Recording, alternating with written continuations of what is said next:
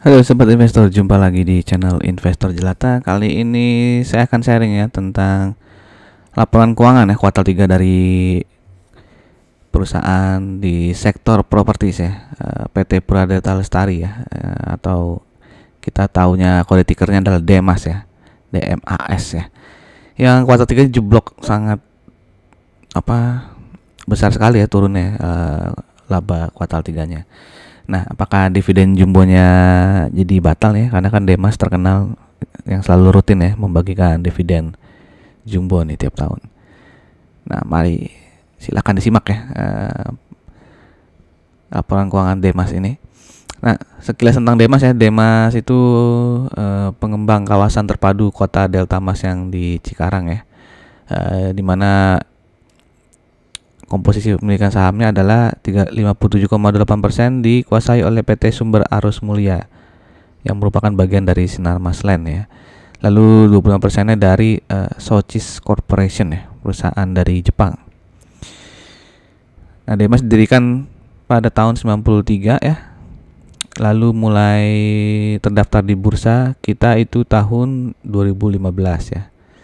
Sejarah-sejarah lainnya silahkan teman-teman baca sendiri ya. Jadi Data Mas itu selain menjual tanah industrial, ada juga yang komersial maupun yang untuk perumahan ya. Jadi yang paling besar itu adalah komersial, yang kedua itu adalah untuk yang industrial area. Dimana di tanah mereka itu udah ada perusahaan-perusahaan besar ya, Suzuki, YKK, Mitsubishi, Wuling, Panasonic dan sebagainya ya. Nah, sebelum kita masuk ke bagian keuangannya, silakan sekali lagi saya mengajak teman-teman ya yang mungkin baru saja mampir di channel ini untuk subscribe channel ini, dan jangan lupa klik loncengnya agar tidak ketinggalan informasi-informasi yang mungkin berharga untuk teman-teman. Ini kita flashback ke tahun 2022 di mana pendapatan dari Demas itu naik 34% dan profitnya juga naik 70,2% ya, menjadi 1,22 triliun ya, dibandingkan 2021 yang hanya 714,7 miliar. Nah, bagaimana di kok 2023 di mana bisa dilihat dari kuartal 1 ya. Revenue-nya naik turun ya.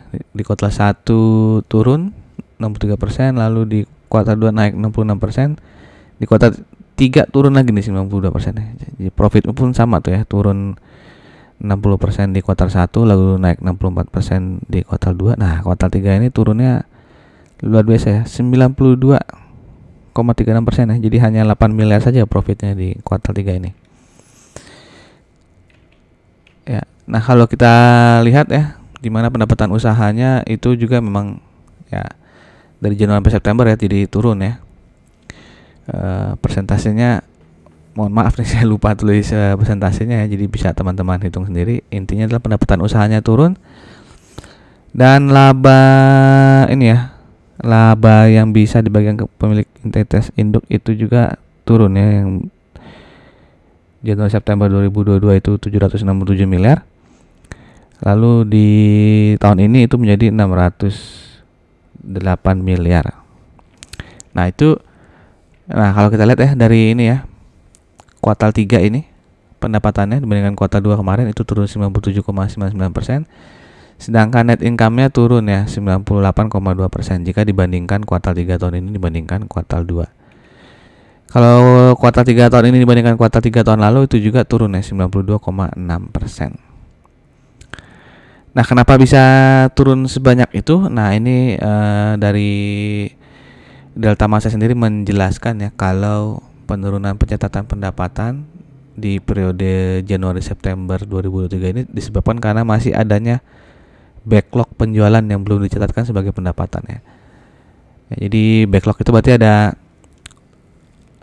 sudah deal ya untuk jual beli tanahnya tapi belum diserah terimakan ya. Jadi backlog itu akan diakui sebagai pendapatan setelah perseroan melakukan serah terima lahan dengan pelanggan.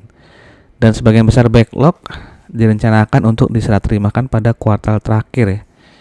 Jadi di antara Oktober sampai dengan Desember mereka baru akan melakukan serah terima kepada pembeli tanah mereka. Jadi kemungkinan besar ya kalau memang ini benar, nanti kuartal 4 mungkin pendapatannya akan jauh lebih besar sehingga profitnya pun akan jauh lebih besar dibandingkan kuartal 3 saat ini ya.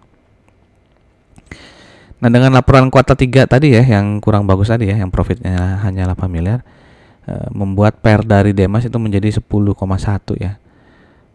Belum terlalu mahal dibandingkan historinya ya, tapi sudah cukup besar ya. Karena tahun lalu itu PER-nya hanya 6,29 ya. Tapi sebelumnya dia sempat nih ya 15,4 ya di tahun 2018. PBV-nya 1,37 ya. Ya sama seperti PER-nya. Belum bisa dibilang terlalu mahal ya karena dia sempat sampai ke 2,2 ya, 2,14 ya. Oke, dan ROE-nya lumayan ya, 13,51 dengan DER yang sangat rendah 0,15. Dimana Demas ini di sektor properti ya, di sektor properti nggak ada subsektornya, jadi langsung di rata-rata sektor properti. Itu PER-nya 5,752 ya, jadi terlihat Demas jauh lebih tinggi ya dibandingkan PER sektornya. Lalu apalagi nih, PBV-nya 1,21 ya, sehingga Demas sedikit di atas rata-ratanya. Dan ROE-nya 5,32. Nah, kalau ini Demas jauh lebih bagus ya dibandingkan rata-rata sektornya.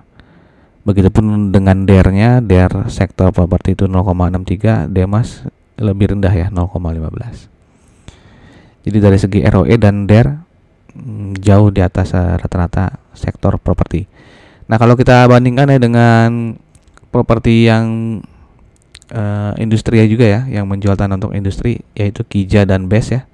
Kalau P1 kan ya residensial lah gitu ya, atau komersial gitu ya. Nah, kalau bandingkan Kija dan BES, earning per share dari Demas yang paling tinggi ya, 16,83 ya, tapi dia masih kalah dengan P1 ya, Pakuwon. PR-nya juga bisa dibilang lebih ya sama dengan BES, tapi jauh lebih kecil bandingkan ini ya, Kija ya. Untuk PBV yang paling tinggi nih kalau PBV ya di antara Kija, BES maupun P1 ya. Dan ROE-nya yang paling tinggi juga tapi ini 13,51 ya. DER-nya juga yang paling rendah ya. Jadi lagi-lagi dari sisi ROE dan DER, si Demas ini yang paling rendah ya di antara Kija dan BES ya, maupun dengan P1 pun dia masih yang paling bagus ya dari sisi ROE maupun DER-nya. Nah, ini adalah chart dari Demas ya, sejak nih ya dari Oktober November ya 2021 dia turun terus nih ya, karena di sini paling tinggi berapa nih, 280-an di sini 280 ya, dia turun terus ya, belum pernah naik lagi lebih tinggi dari 280 ya. Dan saat ini cenderung sideways ya. Ya, jadi dia sideways di antara 156 sampai dengan 179 ya. Oke, jadi ya masih sideways ya. Dan ini adalah histori dari dividen Demas, di mana bisa dilihat di sini ya, dividen payout ratio-nya selalu besar nih ya. 95%, 90%, 200%, 190%.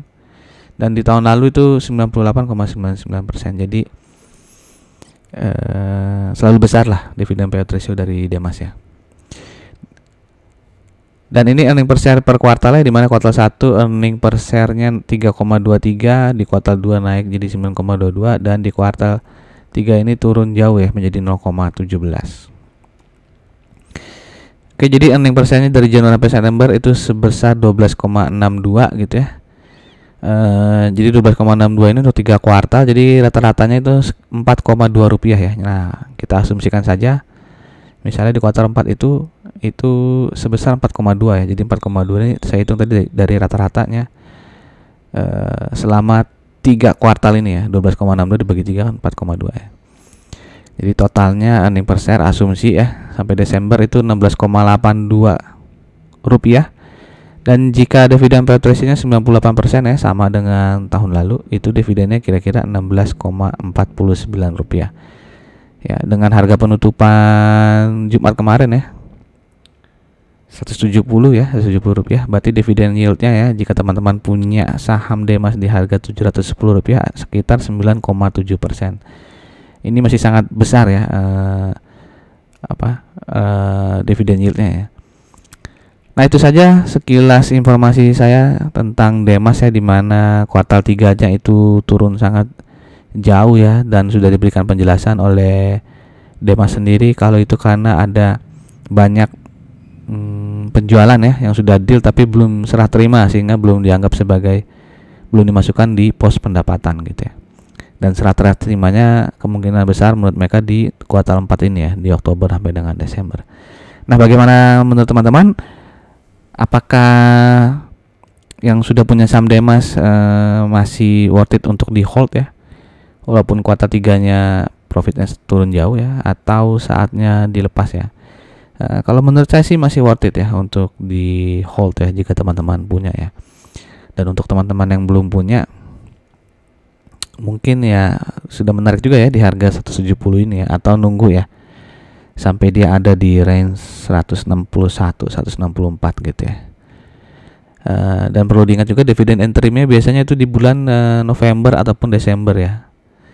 Oke, dan dividen finalnya di bulan Juni atau Juli ya. Oh, pernah di Mei juga nih gitu ya. Ya, jadi silakan tuliskan pendapat teman-teman ya mengenai saham Demas ini. Sampai jumpa di video-video berikutnya. Salam jelata.